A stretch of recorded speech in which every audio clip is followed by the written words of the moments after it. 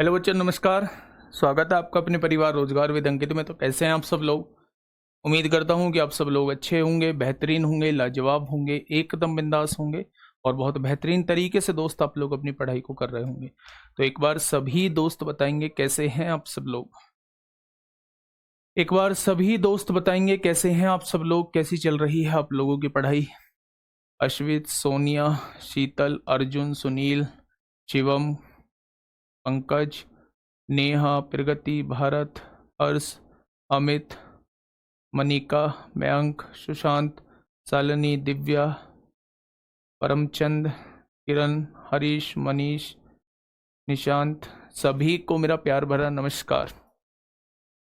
बच्चे, सबसे पहले तो आप लोगों के प्रैक्टिस सेट स्टार्ट होने वाले हैं, या तो आज से नहीं, या तो कल से, या फिर परसों से, मोस्ट प्रोबेबली परसों से। ठीक है, तो वो अंकित सर अभी वीडियो लेके आएंगे, उसमें बता देंगे कि आप लोगों के प्रैक्टिस सेट जो हैं वो कब से स्टार्ट हो रहे हैं। दोस्त, हर एक चीज़ जो है वो हम लोग स्टार्ट करने जा रहे हैं जो आपके सिलेक्शन में जो है वो इम्पोर्टेंट रोल प्ले करने वाली है। तो सबसे महत्वपूर्ण मुझे जो लगता है वो प्रैक्टिस सेट ही लगते हैं। प्रैक्टिस सेट हम लोगों का चलेगा तो हमारे बहुत सारी चीज़ें जो है वो क्लियर होती चली जाएंगी। ठीक है भाई, हम लोगों का जो टॉपिक चल रहा है वो परसेंटेज चल रहा है, और परसेंटेज में आज 5वीं क्लास है। बहुत सारे टाइप के क्वेश्चंस को हम लोग कर चुके हैं, 2-3 टाइप के क्वेश्चंस बचे हुए हैं, उन्हें दोस्त आज खत्म करने की कोशिश करेंगे। जनसंख्या के क्वेश्चन तक कर चुके थे, इनकम एक्सपेंडिचर बेस्ड क्वेश्चन हम लोग देख चुके थे।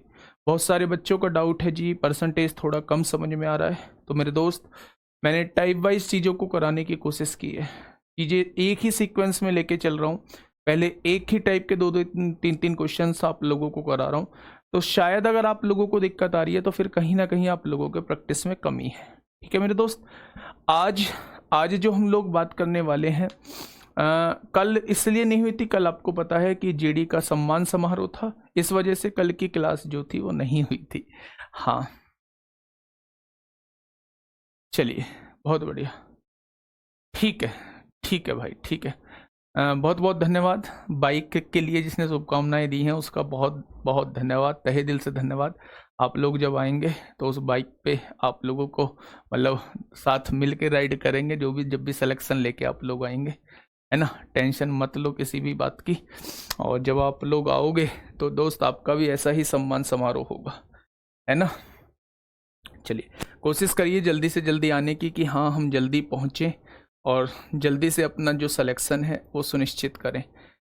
पहला क्वेश्चन मैं आप लोगों को दिखाने जा रहा हूं मेरे दोस्त, साथ ही एक बात को थोड़ा सा समझना। Question number 10। आज मैं उन क्वेश्चंस की बात करने वाला हूं जो अपनी आय का कुछ परसेंट कहीं खर्च कर देते हैं, कुछ परसेंट कहीं खर्च कर देते हैं, और उनकी टोटल आय आप लोगों से दोस्तों पूछी जाती है। ठीक है, अब देखना मेरी बात को थोड़ा सा समझना। बाइक के बारे में थोड़ा सा बाद में बात करेंगे। अब एक व्यक्ति अपनी आय का 30% जो है वो भोजन पे खर्च करता है, 20% जो है वो बच्चों की शिक्षा पर खर्च करता है, तथा शेष का 60% जो है वो घर के किराए पर खर्च करता है। तो उसके पास अभी आय का कितने प्रतिशत जो है वो शेष बचा है, वो आप लोगों से ये पूछना चाह रहा है। तो बच्चे, ऐसे क्वेश्चन में हमें केवल 2 बातें पकड़नी होती हैं। उसने कहा जब तक आप ये शेष लगा हुआ ना दिखाई दे, रिमेनिंग लगा हुआ ना दिखाई दे, तब तक आप लोगों को क्या करना है। मान लो उसकी जो कमाई थी वो 100 रुपए थी, ध्यान देना मेरे दोस्त, उसकी जो कमाई थी वो मंथली 100 रुपए थी। उसने 30% भोजन पे खर्च कर दिया और 20% बच्चों की शिक्षा पे। तो क्या इन दोनों परसेंट के बीच में कहीं शेष लगा हुआ था? तो आपने कहा बिल्कुल भी नहीं लगा हुआ था। तो आप क्या करिए, इन दोनों परसेंट को जोड़ दीजिए, यानी 50% वो खर्च कर चुका है किस किस पर? भोजन पर और बच्चों की शिक्षा पर। अगर 50% खर्च कर चुका है तो बचा कितना होगा? केवल इसका टोटल आय का 50% ही उसके पास बचा होगा। क्या ये बात क्लियर है? उसने जो कहा है शेष जो राशि बची, मतलब ये जो है वो शेष बची राशि है, उसका 60% घर के किराए पर खर्च करता है। अगर किसी भी राशि का 60% मैं खर्च कर चुका हूं तो उस राशि का 40% अभी मेरा बचा हुआ होगा। भाई टोटल राशि 100% होती है। अगर किसी भी राशि का मैं 60% खर्च कर चुका हूं तो उस राशि का 40% अभी मेरे पास शेष होगा। 100 से 100 कट जाएगा, 50 दूनी 100 होगा, 2 से 20 कट जाएगा, यानी 20 रुपए जो है वो मेरे पास अभी शेष रहेंगे। उसने कहा है उसकी टोटल आय का कितना प्रतिशत उसके पास बचता है, तो 100 का 20 कितने परसेंट है बेटा, 20% है। यानी मेरे पास कितने पैसे बच जाते हैं, तो आप कहेंगे वो अपनी इनकम का 20% जो है वो बचा लेता है। ठीक है, चलिए बहुत शानदार। देखना इन दोनों के बीच में बेटा कहीं भी शेष नहीं लगा हुआ था, मतलब 30 और 20 50% खर्च कर चुका है। अगर 50% खर्च कर चुका है तो केवल 50% बचा होगा। उसने यहाँ शेष दिया है, मतलब जो राशि बची है उसका 60% खर्च कर दिया, तो क्या उसका 40% अभी बचा होगा। तो आंसर क्या हो जाएगा मेरे दोस्त, 20% इस क्वेश्चन का बिल्कुल सही जवाब हो जाएगा। देखिए मेरे साथी, ये अगला क्वेश्चन है आप लोगों के सामने। फटाफट मुझे बताइए क्या होगा इस क्वेश्चन का बिल्कुल सही जवाब, क्या होगा इसका बिल्कुल सही जवाब। देखिए, राजू यातायात तथा भोजन पर क्रमशः अपनी आय का 10% तथा 20% खर्च करता है। बेटा राजू यातायात पे कितना खर्च कर रहा है, 10%, और भोजन पे कितना खर्च कर रहा है, 20%। तो इन दोनों के बीच में कहीं शेष लगा है, तो आप कहेंगे नहीं लगा है। तो इन दोनों को बेटा टोटल कर दीजिए। क्या राजू जो है अपनी आय का 30% खर्च कर दे रहा है, तो आप कहेंगे बिल्कुल कर देता है। अब आगे देखिए, वह शेष आय का, जब शेष लगा आप लोगों को दिख गया तो पहले यहां क्वेश्चन को कर लीजिए। अगर मैं आप लोगों से ये कहता हूं कि राजू की टोटल आय जो है वो ₹1 है, उसने अगर 30% खर्च कर दिया, तो राजू के पास क्या अभी 70% जो है वो बचा हुआ होगा।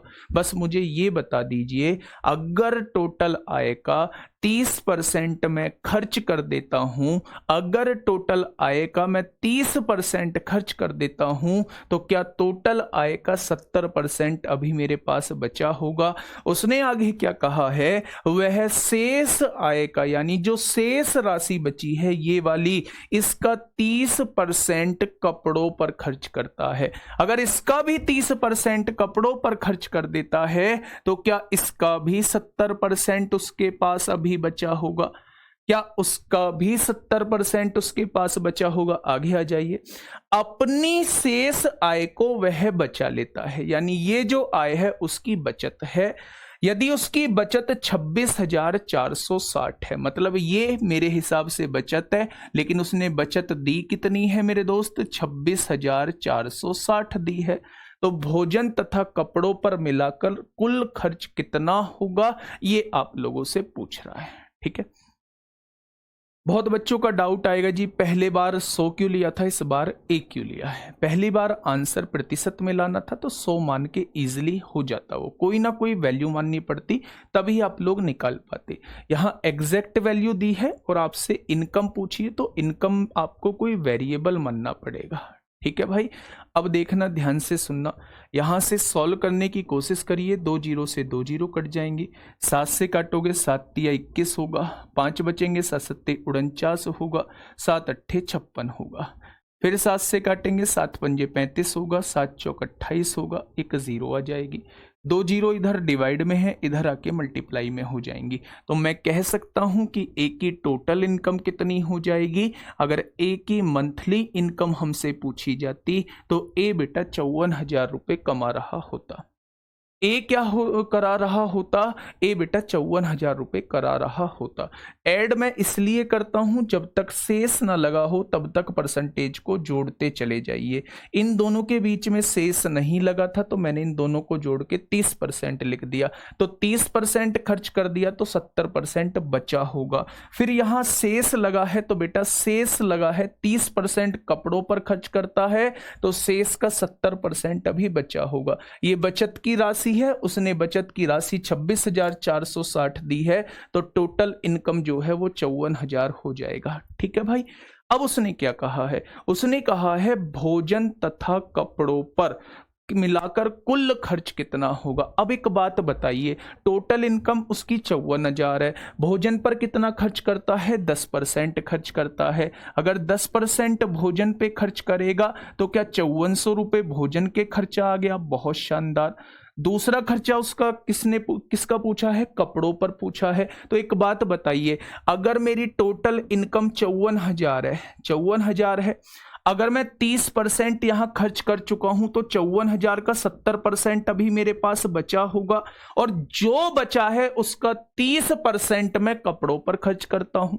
जो बचा है उसका 30% मैं कपड़ों पर खर्च करता हूं, कपड़ों पर खर्च करता हूं। तो इसका 30% निकाल दो, कपड़ों पर खर्चा आ जाएगा। 100 से 2 जीरो कट जाएंगी, इन 2 जीरो से ये जीरो कट जाएगी। कटेगी क्या, समझिए। अगर मैं आप लोगों से, अच्छा 20% है तो 20% निकाल दो मेरे दोस्त। भोजन पे 20% है तो 20% निकाल दो, 2 जीरो से 2 जीरो कट जाएंगे, है ना। तो 54 दूनी कितने होते हैं, 108 होते हैं, 10,800। और यहां कितना आ जाएगा मेरे दोस्त, आप कहेंगे 7 21, 21 चौक 84 को 4 हासिल लगे 8, 21 पंजे 105 और 8 113 हो जाएगा। तो 1 जीरो यहां जाए, 11,340 जो है वो कपड़ों पर खर्च करता है। तो मेरे दोस्त सबको जोड़ देंगे तो कितना हो जाएगा, 8 3 11 को 1 हासिल 1, तो क्या आप कहेंगे 22,140 रुपये। 22,140 रुपये जो है वो टोटल मिला के खर्चा करता है, ठीक है। हाँ चलिए एक बार बेटा क्वेश्चन को समझिए, प्यारा क्वेश्चन है, पूछा गया क्वेश्चन है, दिल्ली पुलिस में पूछा गया क्वेश्चन है 2020 में, 2020 में बेटा पूछा गया क्वेश्चन है। समझिए मेरी बात को दोबारा से समझिए, मैं क्या कहना चाह रहा हूं। राजू यातायात तथा भोजन पर क्रम से अपनी आय का 10% और 20% खर्च करता है, यानी जो भी टोटल इनकम है यातायात पे 10% खर्च कर देता है और भोजन पे 20% खर्च कर देता है। आगे उसने कहा है जो उसके पास शेष आय बचती है, यानी शेष राशि बचती है, उसका 30% जो है वो कपड़ों पर खर्च करता है। बेटा इस बात को समझना, जो शेष राशि बचती है उसका 30% जो है वो कपड़ों पर खर्च कर देता है।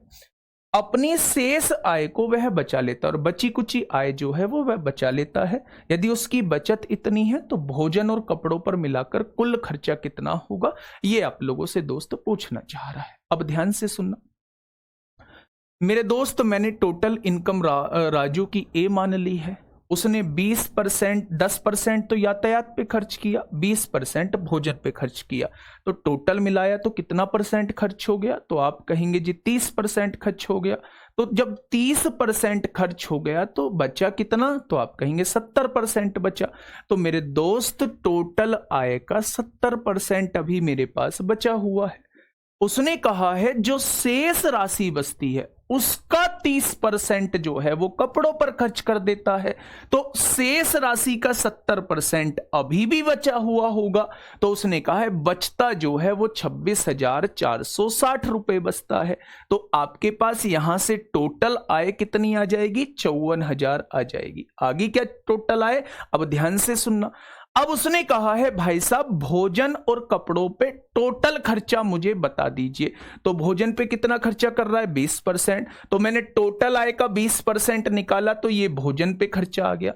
अब उसने कपड़ों का कहा है, कपड़ों का खर्चा कहां है, ये वाला खर्चा है। डायरेक्ट 30% मत निकालना, ये 30% किसका है, शेष आय का 30% है। तो बेटा पहले इस देखो 10% खर्च कर चुका, 20% खर्च कर चुका, तो 30% जो है वो खर्च कर चुका है, तो 54,000 का 70% अभी बचा हुआ होगा, और उसका 30% जो है वो कपड़ों पर खर्च करता है। शेष आय का 30% वो कपड़ों पर खर्च करता है, और शेष आय जो है वो ये है, इसका 30% निकालेंगे तो वो कपड़ों पे खर्चा आएगा। तो बेटा दोनों को जोड़ दीजिए, ठीक है। मेरी बात समझ में आ गई, बहुत शानदार। क्वेश्चन आपको पढ़ना है और बिल्कुल भी अटकना नहीं है, बिल्कुल। 54,000 का 41% निकाल सकते हैं क्या, 41% क्यों निकाल सकते हैं, अच्छा इनका ओवरऑल करके 54,000 का नहीं, मतलब इस चीज पे ज्यादा जोर दे रहे हो सर, समझ में नहीं आया। जब मैं समझा रहा हूं आप तब भी कमेंट किए जा रहे हो, इसका मतलब समझने की कोशिश दोस्त नहीं कर रहे हो। ठीक है, बहुत बढ़िया।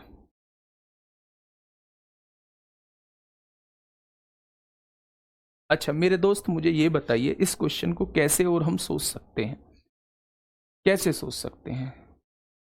बेटा इस क्वेश्चन का करने का एकमात्र तरीका यही होता है, और मैं जब दो बार इसको समझा चुका हूं तो कैसे मैं इसे तीसरी बार आप लोगों को समझाऊं।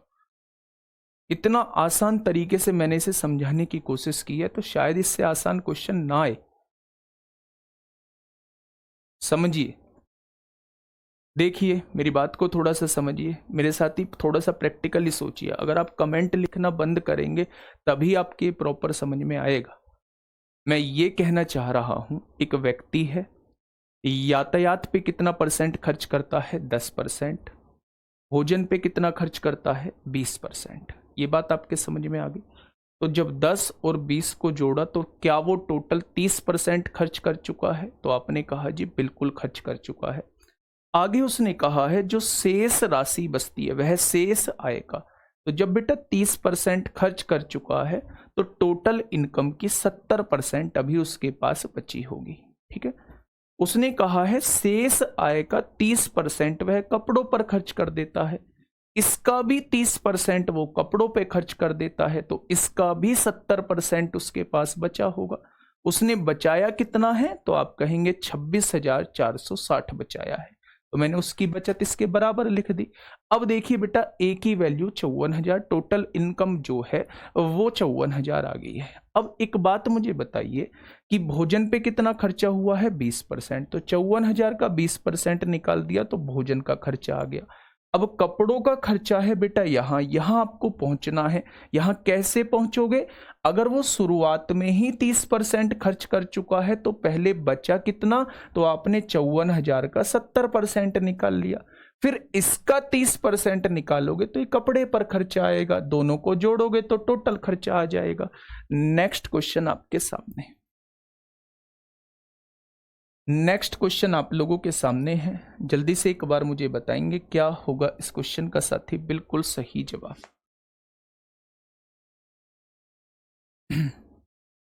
देखिए मेरी बात को समझेंगे।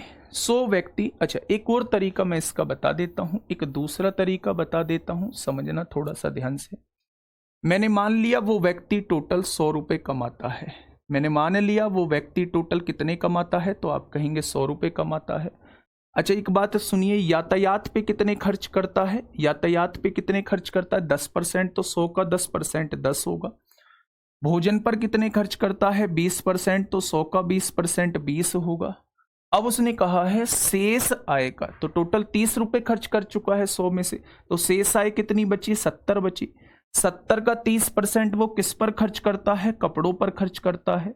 तो जब आपने कपड़ों पर निकाला तो 21 रुपए उसने कपड़ों पर खर्च कर दिए, ये या नहीं? तो आपने कहा जी बिल्कुल किए, ये कपड़ों का खर्चा है, ये कपड़ों का खर्चा है मेरे दोस्त, ये भोजन का खर्चा है, ये भोजन का खर्चा है। ठीक है, अब उसने कहा है अपनी शेष आय को वह बचा लेता है। तो अब आप ये देखिए कि 10 और 20 30, 30 और 21 51 रुपए वो खर्च कर चुका है, तो बचे कितने उसके पास? 49 रुपए बचे। उसने कितने कहा है? 26,460 रुपए बचते हैं। तो एक पार्ट की वैल्यू क्या आ जाएगी मेरे दोस्त? 26,460 बटे 49 आ जाएगी। 7 से काटिए, 7 तिया 21 होगा, 5 बचेंगे, 7 सत्ते 49 होगा, 7 अट्ठे 56 जीरो, 7 सत्ते 49, 7 से काटेंगे, 7 पंजे 35 होगा, 7 चौक 28। क्या एक पार्ट की वैल्यू 540 आ चुकी है? हाँ या ना? तो उसने क्या कहा है? उसने कहा है भोजन तथा कपड़ों पर मिलाकर कुल खर्चा कितना हुआ? तो भोजन और कपड़ों का कुल खर्चा है 41 रुपए। तो आप एक बराबर 540, तो 41 बराबर कितना हो जाएगा? आप यहां से निकाल लीजिए मेरे दोस्त, तब भी आंसर ऑप्शन नंबर बी ही आएगा, और शायद ये मेथड जो है आपके लिए आसान हो सकता है। ठीक है भाई, चलिए 20 और 10 30 और 21 51 रुपए खर्च कर दिए, तो दोस्त बचत 49 ही होगी। 100 में से 51 जाएंगे, टोटल आए 100 मानी है, 100 में से 51 जाएंगे तो 49 ही बचेंगे। नेक्स्ट क्वेश्चन आप लोगों के सामने ये रहा। क्वेश्चन ने क्या कहा है, एक व्यक्ति के पास जो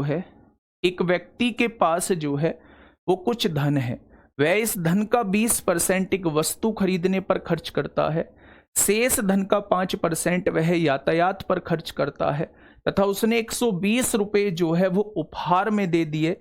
यदि उसके पास 1400 रुपए शेष बचे हों तो उसने यातायात पर कितने रुपए खर्च किए, वो आप लोगों से ये पूछना चाह रहा है। क्या पूछना चाह रहा है, यातायात पे कितने खर्च किए, वो आपसे ये पूछना चाह रहा है। सुनिएगा मेरी बात को थोड़ा सा ध्यान से।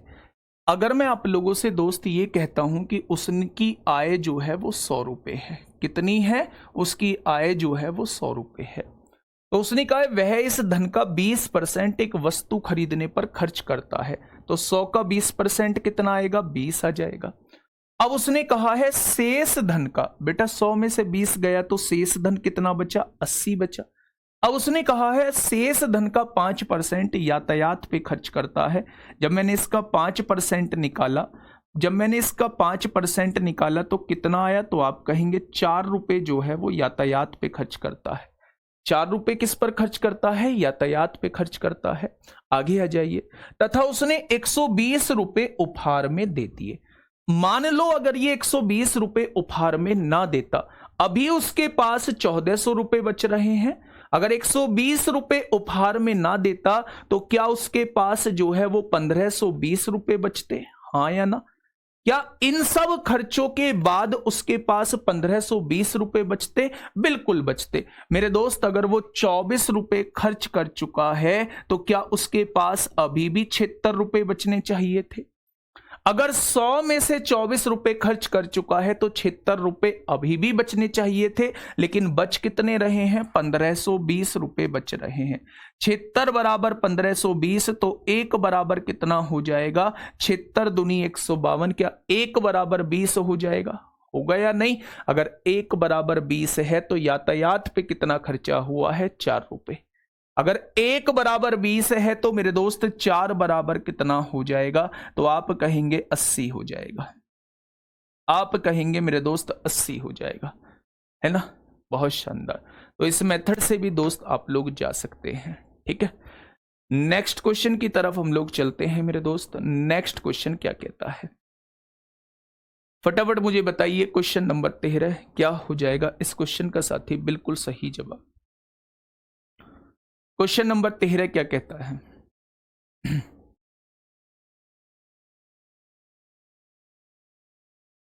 देखिए, एक व्यक्ति अपने धन का 50% भाग अपने पुत्र को, बेटा टोटल धन मैंने 100 मान लिया, 50% भाग अपने पुत्र को, तो 50 रुपए जो है वो किसको दे दिए, पुत्र को दे दिए। 100 में से 50 रुपए पुत्र को दे दिए हैं। 30% भाग अपनी पुत्री को देता है, 100 का 30%, 30 रुपए जो है उसने अपनी पुत्री को दे दिया। बहुत शानदार। अब आगे क्या कह रहा है, शेष राशि का 80% भाग किसी ट्रस्ट को दे दिया जाता है। 50 और 30 कितने हो गए, 80 रुपए बांट चुका है। 100 में से 80 रुपए बांट चुका है तो 20 रुपए बचे होंगे। शेष राशि जो बची है उसका 80% किसी ट्रस्ट को दे देता है। जब मैंने शेष राशि का 80% निकाला तो बेटा वो ट्रस्ट का पैसा कितना आया, ट्रस्ट का पैसा जो है वो 16 रुपए आ गया है। शेष राशि 20 रुपए बची थी, उसका 80% जो है वो किसी ट्रस्ट को दे दिया है, तो 16 रुपए उसने ट्रस्ट को दे दिया है, ठीक है। अब वो कह रहा है अब यदि उस व्यक्ति के पास 16,000 रुपए बचे हों, मेरे दोस्त 50 और 30 80 और 16 96 रुपए तो खर्च कर चुका है। अब उस व्यक्ति के पास केवल 4 रुपए बचे होंगे, क्योंकि टोटल तो उसके पास 100 रुपए थे, सब कुछ बांट चुका है, तो मेरे दोस्त 4 रुपए जो है उसके पास शेष बचे होंगे। वो व्यक्ति कह रहा है उस व्यक्ति के पास जो है वो 16,000 रुपए बचते हैं, तो क्या एक पार्ट की वैल्यू जो है वो 4,000 आ जाएगी, आएगी क्या? अगर एक पार्ट की वैल्यू 4,000 है तो उसके पास प्रारंभ में कितनी धनराशि थी मेरे दोस्त, यानी वो 100 पार्ट की वैल्यू आपसे पूछना चाह रहा है। तो मेरे दोस्त उसके पास जो टोटल धन था वो 4 लाख रुपए था। उसके पास टोटल धन कितना था मेरे दोस्त, उसके पास टोटल धन जो था वो 4 लाख रुपए था।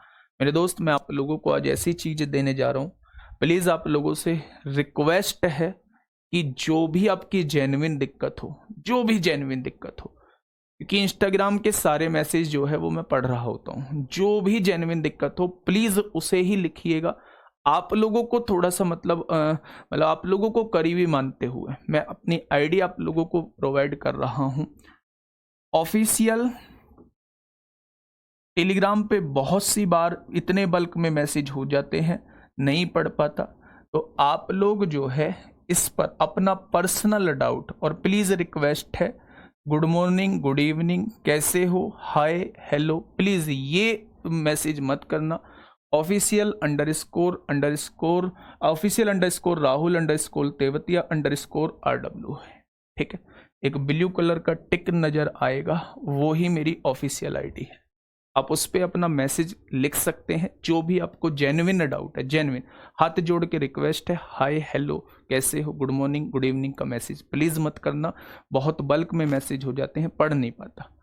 उन्हीं मैसेज को करना जो आपका पर्सनल डाउट है। स्टोरी भी मेंशन कर सकते हैं, ग्रीन स्टोरी मेंशन कर सकते हैं, जिसे मैं ही देखूंगा, तो वो जल्दी पढ़ने में आ जाएंगे, ठीक है। चलिए, ये क्वेश्चन हो चुका है आपका। अब इस क्वेश्चन पे आइए मेरे दोस्त, क्या कहना चाह रहा है क्वेश्चन क्या कहना चाह रहा है, पढ़िए एक बार इस क्वेश्चन को, देखिए। हाँ, नहीं चलाते तो अच्छी बात है, ये तो इससे सुंदर बात क्या होगी। हाँ, देखिए क्वेश्चन कहना क्या चाह रहा है। क्वेश्चन ये कहना चाह रहा है, एक बड़े बगीचे में 60% पेड़ जो हैं वो नारियल के हैं। नारियल के पेड़ों की संख्या के 25% पेड़ जो हैं वो आम के पेड़ हैं, और आम के पेड़ों की संख्या के 20% पेड़ जो हैं वो सेब के पेड़ हैं। तो यदि सेब के पेड़ों की संख्या 1440 है, तो बगीचे में कुल कितने पेड़ हैं, ये आप लोगों से पूछा गया है, ठीक है। अब ध्यान से सुनना मेरी बात को, मैं क्या कहना चाह रहा हूं। एक बगीचा है, मुझे नहीं पता कितने पेड़ हैं, मैंने उस बगीचे में ए पेड़ मान ली है। क्या आपको इस ए से कोई दिक्कत है? तो आप कहेंगे जी कोई दिक्कत नहीं है।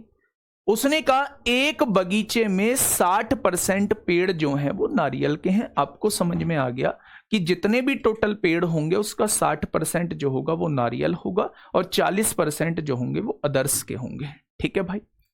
उसने कहा नारियल के पेड़ों की संख्या के 25% पेड़ आम के हैं, यानी पहले हमें नारियल के पेड़ों की संख्या पता होनी चाहिए।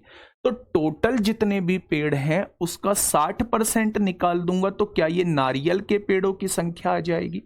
और उसने कहा जितने नारियल के पेड़ है ना उसका 25% आम के पेड़ हैं। यदि मैं इसका 25% निकाल दूं तो क्या आम के पेड़ आ जाएंगे। इसका मतलब ये जो है आपके सामने आम के पेड़ आ चुके हैं। उसने कहा जो आम के पेड़ है ना उसका 20% पेड़ सेब के पेड़ हैं। यदि मैं इसका 20% निकाल दूं तो क्या ये सेब के पेड़ आ जाएंगे, आएंगे या नहीं? तो आप कहेंगे बिल्कुल आएंगे। यदि सेब के पेड़ों की संख्या 1440 है मेरे दोस्त, तो मैंने ये सेब के पेड़ों की संख्या निकाली है, और सेब के पेड़ों की संख्या उसने 1440 दी है। तो आपसे क्या पूछ रहा है? आपसे वो पूछ रहा है बगीचे में कुल कितने पेड़ हैं, यानी वो शुरुआत की संख्या आपसे पूछना चाह रहा है। क्या पूछना चाह रहा है? शुरुआत की संख्या वो आप लोगों से पूछना चाह रहा है, ठीक है। हाँ, एक बहुत बढ़िया क्वेश्चन आपने पूछा है कि कब तो ए आएगा और कब हम लोग 100 मानेंगे। थोड़ा सा दिमाग पे जोर डालना है। मान लो मैं इसको 100 मान रहा होता, 100 मान रहा होता तो 100 का 60% निकालता, 60 आ जाता। 60 पेड़ जो हैं वो नारियल के हैं, नारियल की संख्या का 25% निकालता तो 15 आ जाता। 15 पेड़ जो हैं वो आम के हो जाएंगे।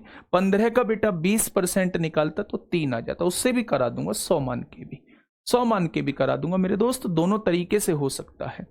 तो अब आपको ए की वैल्यू निकालनी है। 0 से 0 कट गया, इस 0 से ये 0 कट गया। 25 से काटा कितनी बार? 4 बार। 2 से काटा कितनी बार? 2 बार। 2 से काटा कितनी बार? 3 बार। 3 से काटेंगे, 3 चौक 12 होगा, 3 अट्ठे 24 होगा। 480 की गुणा 100 में करेंगे, क्या टोटल पेड़ों की संख्या 48,000 आ जाएगी? क्या टोटल पेड़ों की संख्या जो है वो 48,000 आ जाएगी? ठीक है भाई, अब समझना ध्यान से। अगर मैं दूसरे तरीके से इसी क्वेश्चन को कराना चाहूं, मैंने उस बगीचे में 100 पेड़ मान लिए। मैं 100 इसलिए नहीं मानना चाह रहा था क्योंकि कभी वैल्यू कटे ना और पॉइंट में कैलकुलेशन थोड़ी लेंदी हो जाए। तो अगर मैंने 100 टोटल पेड़ मान लिए हैं मेरे दोस्त, तो समझना एक बड़े बगीचे में 60% पेड़ नारियल है, नारियल 60% निकालूंगा 60 आएगा। उसने कहा नारियल के पेड़ों की संख्या का 25% आम का है, ये नारियल के पेड़ थे, इसका 25% निकालो यानी 1/4 निकालो, तो ये कितना आ जाएगा, 15 पेड़ आम के आ जाएंगे। उसने कहा आम की संख्या के 25% 20% जो है वो पेड़ सेब के पेड़ हैं। अगर मैं इसका 20% निकालूंगा मेरे दोस्त, तो आप कहेंगे 3 पेड़ जो हैं वो सेब के आ जाएंगे, आएंगे या नहीं। तो उसने क्या कहा है, सेब के पेड़ों की संख्या दी है यानी 3 की वैल्यू 1440 दी है, तो 1 की वैल्यू कितनी आएगी, 3 चौक 12 होगा, 1 की वैल्यू 480 आएगी। तो बेटा 100 की वैल्यू कितनी आ जाएगी, 48,000 आ जाएंगे। तो चाहे आप ए मान के करो चाहे आप 100 मान के करो, आंसर तो समान आएगा। आपने क्यों नहीं शुरुआत में 100 माना था, मैंने सोचा था कि कभी कटे ना, कैलकुलेशन थोड़ी लेंदी हो जाए, लेकिन बाद में देखा कि चीजें कट रही हैं तो आसानी से हम क्वेश्चंस को बना के ले जाएंगे। लेकिन अगर चीजें नहीं कट रही होती, पॉइंट में आ रही होती, तो हम लोगों के लिए थोड़ी सी कैलकुलेशन मुश्किल हो जाती। क्या उससे फिर आंसर नहीं आता, 100% आता, लेकिन कैलकुलेशन थोड़ी मुश्किल हो जाती। ठीक है, चलिए, हाँ पेन थोड़ा सा बारीक कर लूंगा, ये लो, ये बात समझ में आ गई। चलिए बहुत बढ़िया, दोनों मेथड से करवा दिया है दोस्त, दीपक भाई दोनों मेथड से करवा दिया है। ठीक है भाई, और इससे बेहतरीन शायद मैं नहीं दे पाऊंगा, इससे बेहतरीन जो है मैं शायद अपनी तरफ से कोशिश नहीं कर पाऊंगा। हर एक बच्चे को खुश करने की कोशिश कर रहा हूं, जो शायद पॉसिबल नहीं है मेरे लिए, लेकिन मैंने फिर भी कोशिश की है भाई, मैंने फिर भी कोशिश की है। ठीक है, वर्कशीट कराऊंगा। चलिए बहुत बढ़िया, सुमित भाई पिछले 3 दिन से तुम्हारा यही कमेंट है, क्या करूं भाई, तेरा सॉल्यूशन मेरे पास नहीं है मेरे दोस्त, हाथ जोड़कर माफी क्षमा चाहूंगा।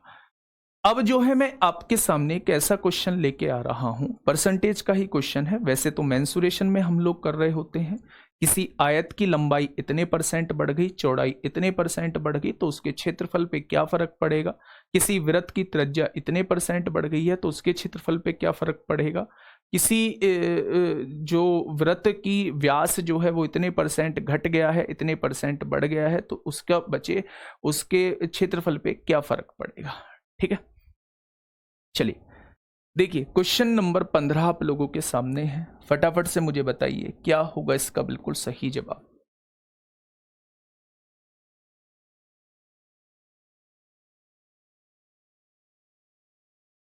जल्दी से बताइए, क्वेश्चन कहना क्या चाह रहा है। यदि किसी आयत की प्रत्येक भुजा में 11% की कमी हो तो इसके क्षेत्रफल में हुई कमी ज्ञात करें, क्या होगा। हाँ, चुनाव वाले क्वेश्चन आज ही कराऊंगा बेटा। जब भी आप लोगों के सामने आयत का क्वेश्चन आता है, जब भी आप लोगों के सामने आयत का क्वेश्चन आता है, जब भी आप लोगों के सामने वृत्त का क्वेश्चन आता है, जब भी आप लोगों के सामने त्रिभुज का क्वेश्चन आता है, तो वहां आप लोग जो है वो रामबाण फॉर्मूला लगा सकते हो, वहां आप लोग रामबाण फॉर्मूला लगा सकते हो।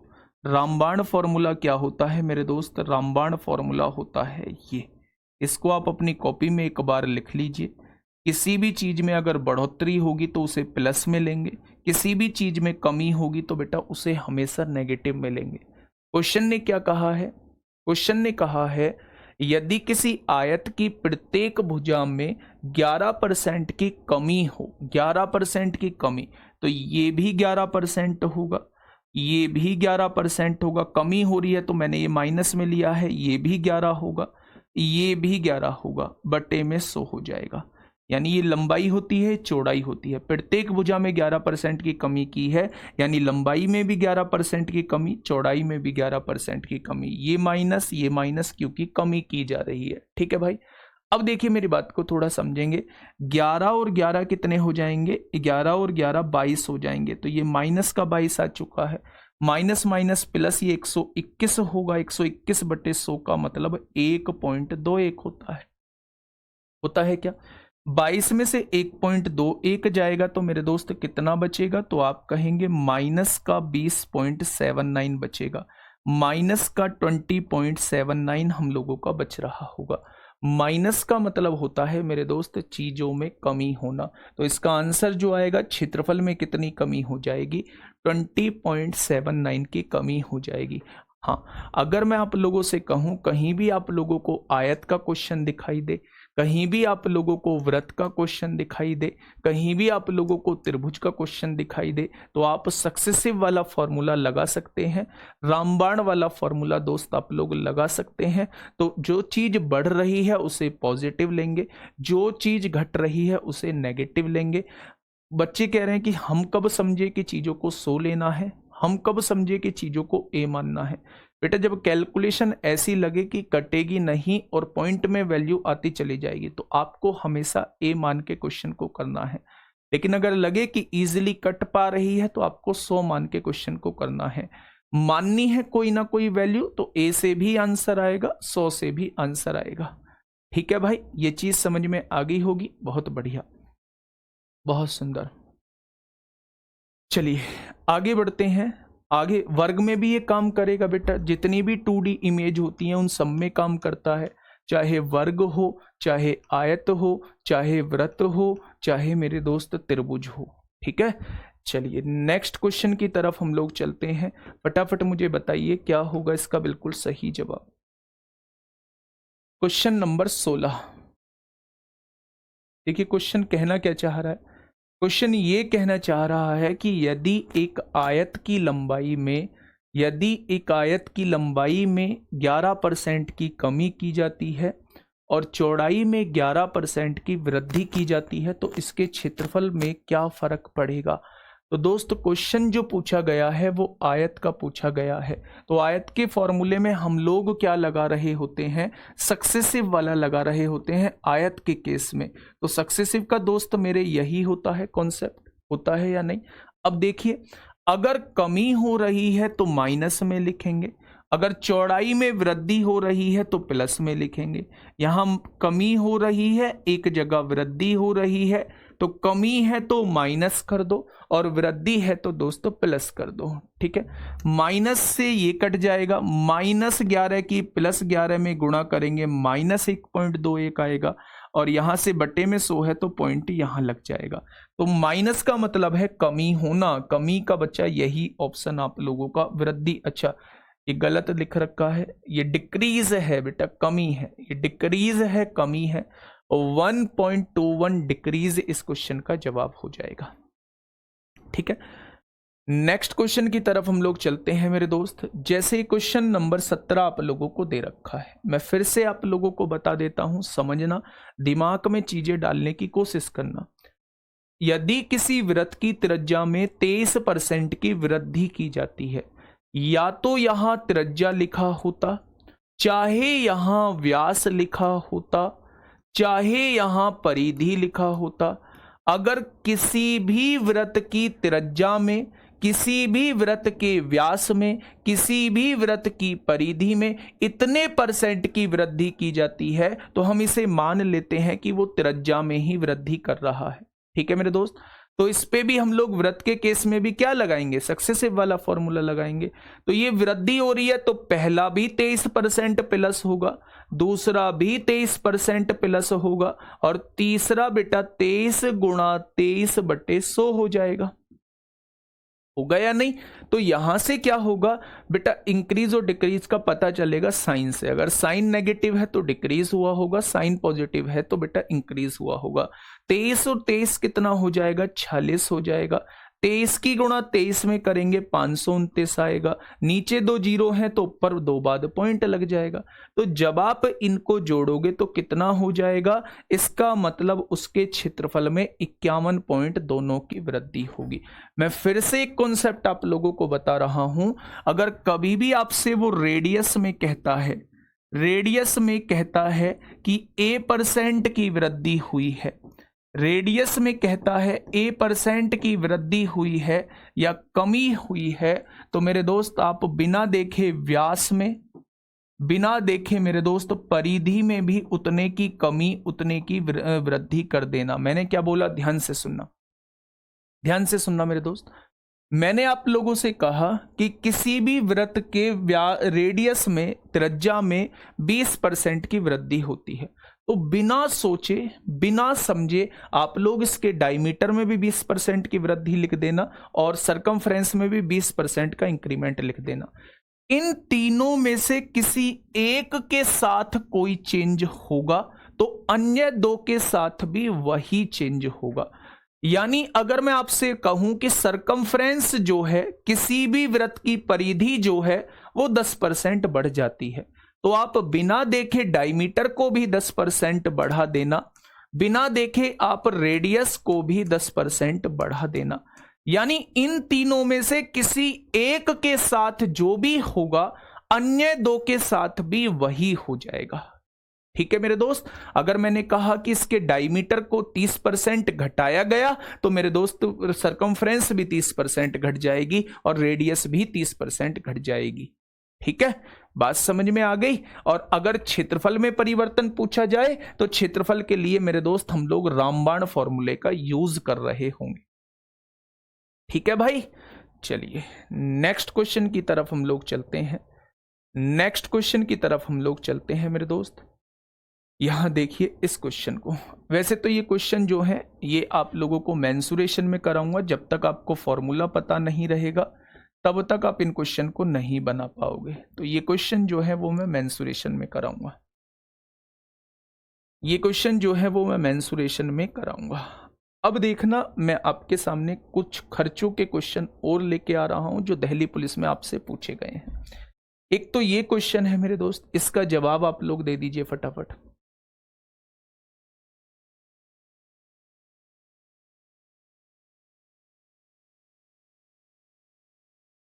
भाई सुमित नाम का एक लड़का है, एक बार मेरे दोस्त अपना नंबर लिखेंगे, क्योंकि 3 दिन से आपका एक सिंगल कमेंट आ रहा है। भाई इसका नंबर निकालना, मोबाइल नंबर। चलो अब आ जाओ यहां पे, देखिए हेनरी एक कंपनी में काम कर रहा है, उसके मासिक वेतन में से 25% घर के किराए के रूप में, 15% बच्चों की शिक्षा पर और 18% अन्य मदों पर खर्च हो जाता है। बस आप मुझे यहां से यहां तक पढ़ के ये बताइए कि कहीं इन परसेंटेज के बीच में शेष लगा हुआ है क्या, रिमेनिंग लगा हुआ है? तो आप कहेंगे नहीं जी, 25% यहां खर्च कर दिया, 15% यहां खर्च कर दिया, तो 25 और 15 40% हो गया, और 18% यहां कर दिया तो 58% वो खर्च कर चुका है। यदि उसकी मासिक बचत, यानी बेटा अगर मैं टोटल इनकम ए मानूं तो आप कहेंगे जी 58% तो उसने खर्च कर दिया, तो बचा कितना? तो अभी टोटल इनकम का 42% उसके पास बचा हुआ है, और वो कह रहा है उसके पास बचत जो है वो 7560 रुपए है। तो क्या अगर मैं कहूं 42% की वैल्यू 7560 है, तो यहां से मेरे दोस्त क्या हो जाएगा, ए की वैल्यू क्या हो जाएगी, 7560 होगा, भाग में 100 है, इधर आके गुणा में 100 आएगा, और ये गुणा में 42 है, इधर आके भाग में 42 हो जाएगा। तो उसका मासिक वेतन आपके सामने है। यहां से 7 एकम 7 जीरो, 7 अट्ठे 56 जीरो, 7 छिंग 42, 6 एकम 6, 6 अट्ठे 48, 180 की गुणा 100 में करेंगे तो उसकी मंथली इनकम कितनी आ जाएगी? 18,000। उसकी मंथली इनकम कितनी आ जाएगी? 18,000। ये क्वेश्चन दिल्ली पुलिस 1 दिसंबर 2020 में आपसे पूछा गया था। आसान सा चैप्टर है, मतलब आसान सा क्वेश्चन है। ऐसा ही क्वेश्चन दिल्ली पुलिस कांस्टेबल 27 नवंबर 2020 में आपसे पूछा गया है मेरे दोस्त। आराम से क्वेश्चन को पढ़ेंगे, और इसमें तो शायद पेन भी आप लोगों को नहीं चलाना पड़ेगा, अगर थोड़ा सा आपने सोच लिया तो। थोड़ा सा आपने सोच लिया तो दोस्त इसमें आपको पेन भी नहीं चलाना पड़ेगा। एक व्यक्ति अपनी मासिक आय का 22% घर के किराए पर खर्च कर देता है। मासिक आय का 22% घर के किराए पर खर्च कर देता है। जितनी भी टोटल इनकम है उसका 22% घर के किराए पर खर्च कर देता है, 40% घरेलू खर्चों पर और राशन पर खर्च कर देता है, 40% घरेलू खर्चों पर और राशन पे खर्च कर देता है। यानी अब ये शेष नहीं लगा था तो आपने बता दिया जी 62% तो उसने खर्च कर दिया है। ठीक है, अगर टोटल राशि का 62% खर्च कर दिया है तो मेरे दोस्त अगर मैं आपसे कहूं 100 रुपए टोटल राशि थी, उसने अगर 22 रुपए घर के किराए पर खर्च कर दिया है, दूसरा उसने किस पर खर्च किया, 40% घरेलू खर्चों पर खर्च किया है, तो 40 और 22 62 हो गया। तो क्या उसके पास शेष राशि 38 बची होगी। उसने कहा है शेष आय का 50%, ये जो शेष आय बची थी यही तो शेष बची थी, इसका 50% यानी इसका आधा। तो 19 रुपए जो हैं उसने बच्चों की शिक्षा पे खर्च कर दिए और अन्य मदों पर खर्च कर दिए। यदि उसकी मासिक, अच्छा एक बात बताओ, 38 रुपए में से 19 रुपए 50% उसने यहां खर्च कर दिए, तो बचे कितने होंगे, 50% यानी 19 ही बचे होंगे। तो जितना यहां खर्चा किया होगा, क्या आपके ये समझ में आ रहा है कि जितना यहां खर्चा किया होगा उतनी ही यहां बचत हुई होगी, तभी तो दोनों को मिला के 38 होगा। भाई 38 में से 50% यहां खर्चा कर दिया तो 50% ही बचाया होगा, यानी जितना खर्चा उतनी बचत, या जितनी बचत उतना ही यहां खर्चा। अब उसने कहा यदि उसकी मासिक बचत 3800 है, यानी ये 3800 आ रही है, 19 की वैल्यू 3800 है, तो यहां होने वाला भी खर्चा 3800 ही होगा। अब क्वेश्चन ने पूछा क्या है, तो शिक्षा और अन्य मदों पर किया जाने वाला खर्चा, और शिक्षा और अन्य मदों पर 50% वाला ही आंसर है, यानी इस क्वेश्चन का जवाब जो हो जाएगा वो 3800 ही हो जाएगा। जितनी उसकी बचत है ना मेरे दोस्त, जितनी उसकी बचत है उतना ही शिक्षा पे खर्च हो रहा है। दोबारा से समझ लो एक बार, जिसके समझ में आ गया है वो थोड़ा शांति बनाएंगे, जिसके समझ में नहीं आया है वो मेरे दोस्त दोबारा समझेंगे। टोटल आय मैंने 100 रुपए मान ली है, 22% घर के किराए पर है, 22% किस पर है, घर के किराए पर है, 22% जो है वो घर के किराए पर खर्च करता हूं, और 40% जो है वो घरेलू खर्चों पर खर्च करता हूं। 40 और 22 62 रुपए खर्चा हो गया, 100 में से बचा कितना, 38 बचा। इसका 50%, इसका आधा जो है वो शिक्षा पे खर्च करता हूं, और इसका आधा शिक्षा पे खर्च करता हूं तो आधा बचाता हूं। 38 में से 19 शिक्षा पे खर्च कर दिए, तो 38 में से 19 बचा लिए होंगे। वो कह रहा है बचाता 3800 हूं, तो बेटा खर्च भी शिक्षा पर भी 3800 खर्च करता हूं, और उसने शिक्षा पर होने वाला खर्च ही आपसे पूछा है, तो सवाल का जवाब 3800 हो जाएगा। ठीक है, लगा दो कमेंट में, बाद में देख लेना। चलिए नेक्स्ट क्वेश्चन आप लोगों के सामने है मेरे दोस्त, क्वेश्चन नंबर 3। क्वेश्चन नंबर 3 आप लोगों के सामने है, फटाफट से मुझे बताइए क्या होगा इसका बिल्कुल सही जवाब।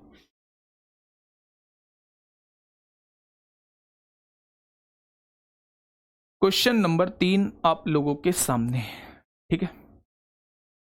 देखिए क्वेश्चन क्या कहना चाह रहा है, 19 कहां से आया गुड़िया, यहां देखो ना टोटल कितने बचे थे, 38%, और उसने कहा 50% खर्च कर दिया है, तो 38 का 50% कितना होगा, आधा, आधा 19 हो गया। आधा खर्च कर दिया तो आधा बचाया होगा।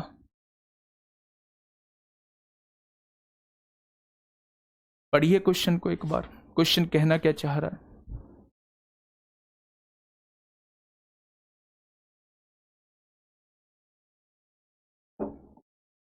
भाई इसमें कुछ क्वेश्चन करना ही नहीं था, ना तो पहला मेथड लगाना था ना दूसरा मेथड लगाना था। उसने कहा शिक्षा और अन्य मदों पर किया जाने वाला खर्चा कितना है। अब ये देखो, शेष आय, जो भी आय बची होगी उसका 50% शिक्षा और अन्य मदों पर खर्च हो रहा है, तो 50% बचा रहा होगा। जितनी भी टोटल इनकम बची होगी उसका आधा मैंने शिक्षा और अन्य मदों पर खर्च कर दिया, तो आधा तो बचा लिया ना। उसने बची हुई राशि 3800 दी है, तो खर्च होने वाली राशि भी 3800 ही होगी, क्योंकि जितना 50% खर्च कर रहा हूं उतना 50% ही तो बचा रहा हूं।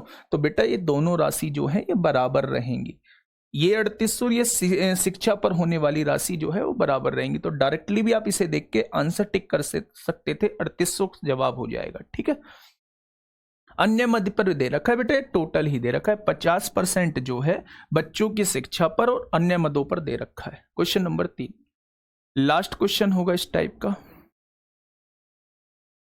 लास्ट क्वेश्चन होगा इस टाइप का बेटा। देखिए थोड़ा सा ध्यान से समझिए, क्वेश्चन ने कहा है अरुण अपनी मासिक आय का 30% राशन पर, शेष धनराशि का 20% किराए के रूप में, और शेष धनराशि का 45% बच्चों की शिक्षा और अन्य मदों में खर्च करता है। ठीक है, यदि वह एक माह में 5544 रुपए की बचत करता है तो वह किराए पर कितनी धनराशि खर्च करता है, ये आप लोगों से पूछना चाह रहा है। ठीक है, चलो समझना, अगर मैंने कहा कि अरुण की मासिक आय जो है वो 100 रुपए है, ध्यान से समझना भाई, अरुण की मासिक आय कितनी है? 100 रुपए है। 30% जो है वो राशन पे खर्च कर दिया, 30% निकाला तो राशन पे खर्चा आया 30%, तो 100 का 30% कितना होगा? 30 रुपए होगा। शेष धनराशि 100 में से 30 गया तो शेष धनराशि 70 बची, उसका 20% किराए के रूप में, उसका 20% किराए के रूप में, यानी 70 में से 14 रुपए जो है वो किराए के रूप में हो गए। ये बात समझ में आ गई क्या? बहुत बढ़िया। अब उसने कहा है आगे शेष धनराशि का, मेरे दोस्त 30 और 14 कितने हो गए? 44 हो गए। 44 रुपए खर्च कर दिए हैं तो बचे कितने होंगे? 56 रुपए अभी शेष धनराशि बची होगी। ठीक है, उसने कहा है शेष धनराशि का 45% बच्चों की शिक्षा पर और अन्य मदों पर खर्च करता है। इसका 45% जो है बच्चों की शिक्षा पे खर्च करता है, बच्चों की शिक्षा पे खर्च करता है, तो क्या इसका 55% अभी उसके पास बचा रहता होगा? भाई 45% अगर खर्च हो गया है तो 100 में से 45 गया, क्या इसका 55% अभी उसकी बचत होगी? क्वेश्चन ने कहा है यदि वह एक माह में 5544 की बचत करता है, यानी अगर मैं आपसे कहूं कि टोटल धनराशि यहां 56 थी, उसका 55% निकालूं तो क्या ये बचत आ जाएगी? और उसने बचत दी कितनी है? तो आप कहेंगे 5544 दी है या नहीं? तो एक पार्ट की वैल्यू कितनी आएगी दोस्त? 5544 गुणा 100 अपॉन में कितना आएगा? 56 गुणा 55 आएगा। कितना आएगा? 56 गुणा 55 आएगा। तो बस उसने पूछा क्या है कि वह किराए पर कितनी धनराशि खर्च करता है, तो किराए पर वह 14 करता है। वो आपसे 14 की वैल्यू पूछना चाह रहा है, वो आपसे 14 की वैल्यू पूछना चाह रहा है। आप यहीं भी आंसर देख सकते थे, अगर वो 14 की वैल्यू पूछना चाह रहा है तो आंसर 7 का मल्टीपल होगा। क्या 7 से ये कटता है? बिल्कुल भी नहीं कटता। 7 या 21, 5 बचेंगे, नहीं कटेगा। क्या ये कटेगा? 7 या 21 होगा, नहीं कटेगा। ये भी नहीं कटेगा, ये कट जाएगा। तो आंसर 7 का मल्टीपल होगा। इससे भी हो जाएगा और इससे भी मेरे दोस्त हो जाएगा।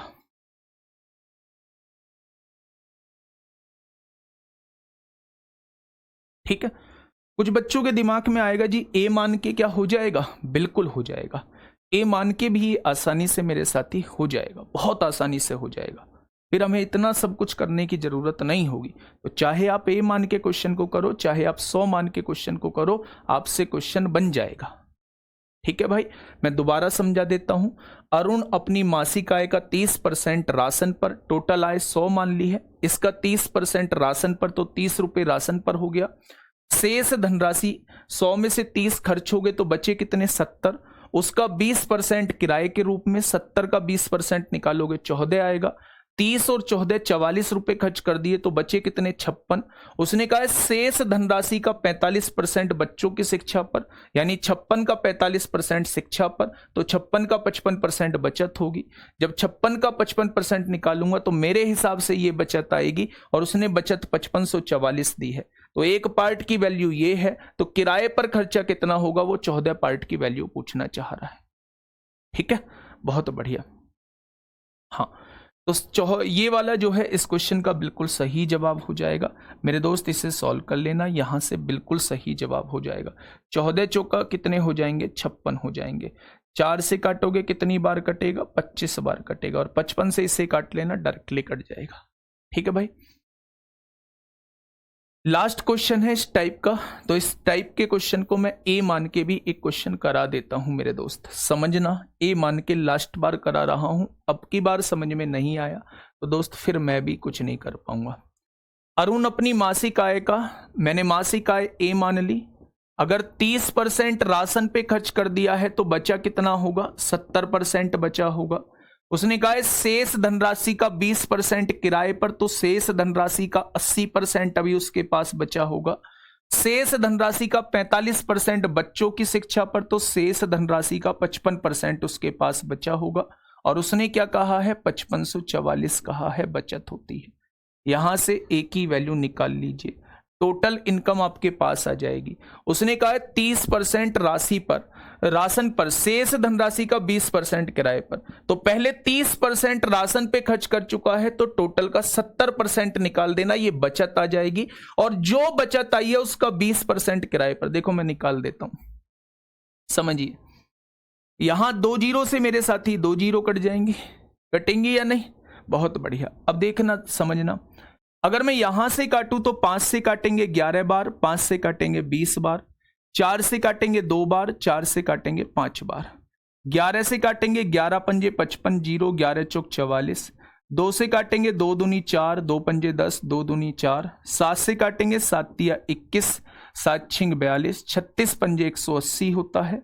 और इसकी गुणा 2 जीरो में करेंगे तो 18,000। इसकी टोटल इनकम कितनी आ जाएगी? 18,000। आगे क्या टोटल इनकम? हमें निकालना है किराए पर होने वाला खर्च। मैं यहां तक कैसे पहुंचूंगा? पहले मुझे यहां देखना होगा। टोटल धनराशि का 30% मैं पहले ही राशन पे खर्च कर चुका हूं, तो भैया अभी भी क्या 70% मेरे पास बचा हुआ है। जो राशि बची हुई है उसका 20% मैं किराए पर खर्च करता हूं, तो बची हुई राशि का 20% निकाल दूंगा, तो क्या किराए पर होने वाला खर्चा निकल के आ जाएगा। तो 18 सत्ते 126 दूनी 252 होता है, और 1 जीरो ये। तो बेटा अब ये मेरे पास 2 मेथड थे, दोनों मेथड से मैंने इस क्वेश्चन को करा दिया है। अब आप ये देख लेना कि आप कहां दिक्कत कर रहे हैं। ठीक है भाई, इतना ही मैं आप लोगों के लिए कर सकता था। चलिए नेक्स्ट क्वेश्चन देखो, मैं एक बार इसे समझा देता हूं। 30% राशन पर तो 70% बचा, जो बचा उसका 20% किराए पर तो 80% बचा, जो बचा उसका 45% शिक्षा पर तो 55% बचा। उसने कहा है 5544 बचता है, तो यहां से टोटल इनकम हम लोग निकाल देंगे। तो ये 4-5 क्वेश्चन जो है ये मैंने इसी पर बेस्ड क्वेश्चन दिए हैं। अब जो है मैं आपको करा देता हूं, चुनाव वाले क्वेश्चन की हेडिंग डालिए।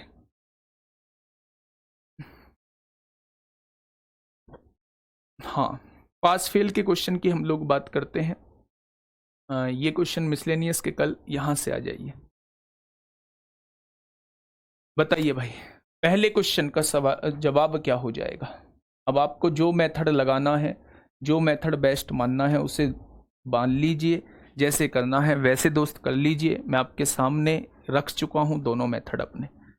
कोर्स बहुत धीमा, बहुत ही ज़्यादा धीमा, बहुत ही ज़्यादा धीमा, इससे धीमा नहीं हो सकता। और इस हिसाब से मुझे 6 महीने चाहिए होंगे आपका कोर्स ख़त्म कराने में। 2.5 महीने में 2.5 चैप्टर या 5 चैप्टर ही करा पाऊँगा, और आप फिर कहोगे कोर्स ख़त्म नहीं कराया है। दोस्त स्पीड पकड़नी होगी, मेहनत थोड़ी आपको भी करनी होगी। रवि परीक्षाओं में 72% अंक प्राप्त करता है। अगर वे 360 अंक हैं तो अधिकतम अंक कितने हैं? CGL Tier 1 2019 में यानी प्री में क्वेश्चन आपसे पूछा गया है। ठीक है, अगर वो 72% अंक प्राप्त करता है, 72% अंक प्राप्त करता है, और उसने कहा है अगर वे 360 अंक हैं, यानी 72% की वैल्यू कितनी दे रखी है? 360। तो 1% की वैल्यू कितनी हो जाएगी? 360/72 हो जाएगी। और अधिकतम अंक आपसे पूछा है, अधिकतम अंक 100% होते हैं। अगर 1% की वैल्यू ये है तो 100% की कितनी हो जाएगी? 72 पंजे 360 होते हैं, यानी 500 जो हो जाएंगे वो अधिकतम अंक हो जाएंगे। ऑप्शन नंबर सी इस क्वेश्चन का जवाब हो जाएगा। ठीक है भाई, नेक्स्ट क्वेश्चन आप लोगों के सामने CGL 2020 का क्वेश्चन है। जल्दी से मुझे बताइए, पास फेल का क्वेश्चन है, पास फेल का क्वेश्चन है। ठीक है, एक क्वेश्चन सर ट्रेड्समैन का नहीं हो रहा। हाँ, एक आध क्वेश्चन में डाउट है तो इंस्टाग्राम पे भेज दीजिए आप लोग, मैंने आपको बता दिया है। और ऐसे ही बस एक आधी भेजना, कभी पूरी किताब के फोटो खींच के भेज दो, है ना। मुझे लग रहा है बहुत स्लो चल रहा हूँ, बना लूंगा अब स्पीड। चलिए, एक परीक्षा में विनोद ने 25% अंक प्राप्त किए और वह 10 अंकों से फेल हो गया। सचिन ने 30% अंक प्राप्त किए और वह 5 अंकों से 20% अंक अधिक लेके आया। तो परीक्षा के कुल अंक ज्ञात कीजिए कि परीक्षा के कुल अंक कितने होंगे। ये क्वेश्चन वर्षों पहले पूछा जाता था, लेकिन पिछले कुछ टाइम से पूछा जा रहा है अब भी। ठीक है, ध्यान से सुनना। एक परीक्षा में विनोद है, विनोद का तो काम ही भैया खतरनाक है। जब वह 25% अंक लाता है तो 10 अंकों से फेल हो जाता है। जब फेल हो जाता है तो उसे माइनस में 10 लिख दो कि -10 अंक की जो है वो कमी है। ठीक है, सचिन ने 30% अंक प्राप्त किए। भैया सचिन तो करेगा ही, और सचिन के पास सीमा है। सचिन ने 30% अंक प्राप्त किए, जो पास अंकों से 20 अंक अधिक थे तो ये हमने प्लस में लिख दिया।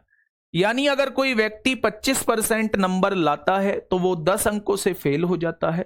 अगर कोई व्यक्ति 30% नंबर लाता है तो वह पास अंक से 20 नंबर जो है वो अधिक लाता है। तो उसने पूछा है भैया परीक्षा के कुल अंक ज्ञात कीजिए। अब मेरे दोस्त आप एक बात समझिएगा, अगर मैं यहां डिफरेंस निकालता हूं तो 30 में से 25 को घटाऊंगा तो 5% आएगा। जब इसमें से इसे घटाऊंगा तो ये तो पहले ही माइनस है, तो दोनों जुड़ जाएंगे। यानी यहां से मुझे पता चल चुका है कि 5% की वैल्यू जो है वो 30 है। उसने अधिकतम या कुल अंक पूछा है, वो 100% होता है, तो 1% की वैल्यू कितनी आएगी? 30/5 आ जाएगी। तो 100% की वैल्यू ही कुल अंक होते हैं या अधिकतम अंक होते हैं। सवाल का जवाब क्या हो जाएगा? 600 हो जाएगा। तो ऑप्शन नंबर सी क्या होगा मेरे दोस्त? इस क्वेश्चन का बिल्कुल सही जवाब हो जाएगा। ऑप्शन नंबर सी इस क्वेश्चन का साथी बिल्कुल सही जवाब हो जाएगा। अच्छा, इसी क्वेश्चन में क्या मुझे कोई बता पाएगा कि पासिंग प्रतिशत कितनी है? पासिंग प्रतिशत कितनी है बच्चे? मुझे पासिंग परसेंटेज बता दिए, कितने परसेंट पे वो पास होता है। आप लोगों को ये तो पता चल गया होगा कि 25% लाता है तो फेल होता है, और 30% लाता है तो पासिंग से भी ज्यादा होते हैं। तो पास जो होता होगा इन दोनों के कहीं बीच में होता होगा, 25 और 30% के कहीं बीच में होता होगा। तो ध्यान से सुनिएगा, अगर मैं आप लोगों से ये कहूं कि भाई ये 10 नंबर से फेल हुआ है, तो क्या 10 नंबर कम रहे हैं? तो अगर मैं आपसे ये कहूं कि 10 जो है वो टोटल का कितने प्रतिशत है, पहले आप ये देख लो। तो आपने कहा जी टोटल का ये जो है ना 5/3% है, यानी ये इतने अंकों से फेल हो चुका है। ये इतने अंकों से मेरे दोस्त फेल हो चुका है। 5/3 का मतलब होता है 3 एकम 3, 1 सही 2/3% से ये फेल हो चुका है। अगर इसे 1 सही 2/3% मिल जाते, अगर इसे 1 सही 2/3% मिल जाते तो क्या ये पास हो जाता? बिल्कुल हो जाता। तो जो पास होने वाला प्रतिशत है वो कितना होना चाहिए? 25 और 1 26 सही 2/3%। तो अगर आपसे पूछा जाता है पासिंग प्रतिशत कितना है तो आप कहेंगे 26 सही 2/3%। दोबारा सुनिए भाई, टोटल कितना आ रहा है? 600 आ रहा है। तो ये देख लो भाई कितने नंबर से फेल हुआ है, तो आप कहेंगे 10 नंबर से। 10 जो है वो 600 का कितना परसेंट है? तो आपने देखा 1 सही 2/3% है। यानी वो जो व्यक्ति फेल हुआ है वो 1 सही 2/3% से फेल हुआ है। तो 25% तो लेके आया है। अगर इतने और ले आता तो पास हो जाता। तो पास कितने पे होगा? दोनों को जोड़ दिया, 26 सही 2/3% पे पास होगा। अगर पूछा जाता कि पासिंग मार्क्स कितने होंगे, पासिंग परसेंटेज कितनी हो गई? 26 सही 2/3%। अगर मुझसे पूछा जाता कि पासिंग मार्क्स कितने होंगे, पासिंग मार्क्स कितने होंगे, कितने अंक पे वो व्यक्ति पास होता है, तो मेरे ध्यान से बात समझना। टोटल कितने का पेपर था? 600 का पेपर था। कितने लेके आया है सचिन? ये विनोद कितने लेके आया है? 25%। क्या विनोद जो है वो 150 नंबर लेके आया है? अगर विनोद 10 और ले आता तो क्या ये पास ना हो जाता? मतलब पासिंग अंक जो है वो 160 है। पासिंग अंक जो है वो 160 है। पासिंग प्रतिशत जो है वो 26 सही 2/3% है। कुल अंक जो है वो 600 है। तीनों चीज मैंने आप लोगों को बता दी है। ठीक है भैया, ये 3 क्वेश्चन ही यहां से बन सकते हैं। Question number next, CRPF head constable 2023 में ये क्वेश्चन आपसे पूछा गया है। सीआरपीएफ हेड कांस्टेबल मिनिस्ट्रियल 2023 में ये क्वेश्चन आपसे पूछा गया है। जल्दी से मुझे बताइए क्या होगा इस क्वेश्चन का बिल्कुल सही जवाब। देखिए क्या कहना चाह रहा है। क्वेश्चन ने कहा है एक छात्र 20% अंक प्राप्त करता है, तो उसने कितने परसेंट अंक प्राप्त किए? 20% अंक। 40 अंकों से फेल हो जाता है, फेल हो गया 40 अंकों से। भाई तीनों चीज निकालना इस क्वेश्चन में, पहले ही बता रहा हूं तीनों चीज निकालना इस क्वेश्चन में, तीनों चीज निकाल दो, ये टॉपिक जो है आपका मजबूत हो जाएगा। देखिए थोड़ा सा क्या कहना चाह रहा है, 20% अंक उसने प्राप्त किए, 40 अंकों से फेल हो गया। जबकि एक अन्य छात्र जिसने 32% अंक प्राप्त किए, दूसरे ने कितने अंक प्राप्त किए हैं 32%, वो कितने से पास हुआ है, न्यूनतम आवश्यक पास अंकों से 47 अंक उसने अधिक प्राप्त किए हैं, अधिक किए हैं तो इसे पॉजिटिव लिख दो। ठीक है, अब देखना मेरी बात को सुनना,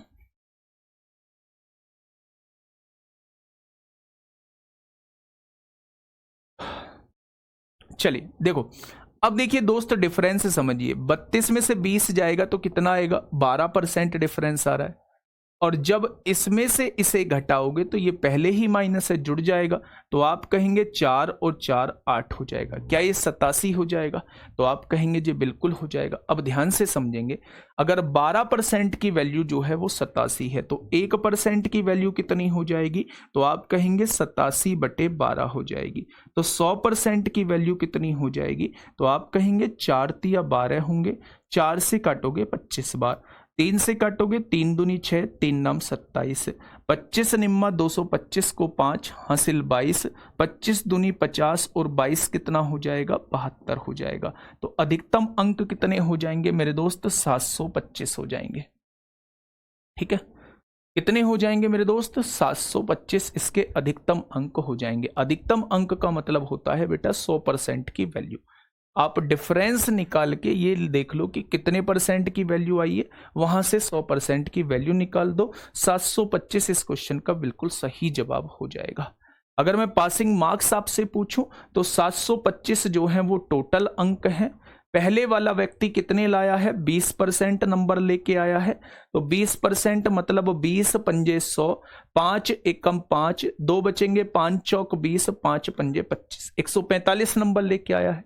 अगर उसे 40 अंक और मिल जाते तो क्या ये व्यक्ति पास हो जाता, यानी मुझे पता चल चुका है कि पास कितने पे होता है व्यक्ति, 185 पे।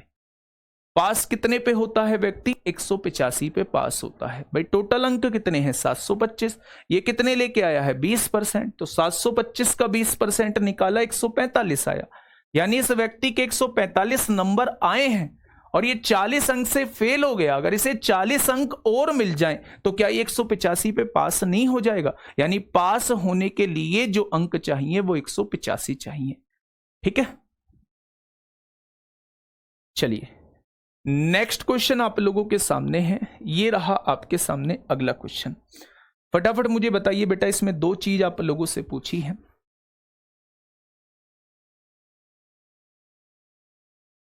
फटाफट मुझे बताइए दोस्त, क्या होगा इस क्वेश्चन का बिल्कुल सही जवाब।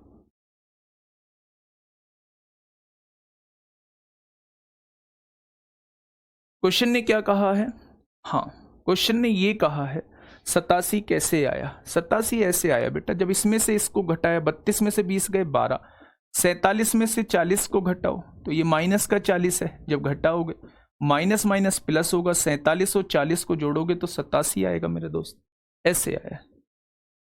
चलिए लास्ट क्वेश्चन है, कोई दिक्कत नहीं है, इसे मुझे बताइए क्या होगा इस क्वेश्चन का बिल्कुल सही जवाब।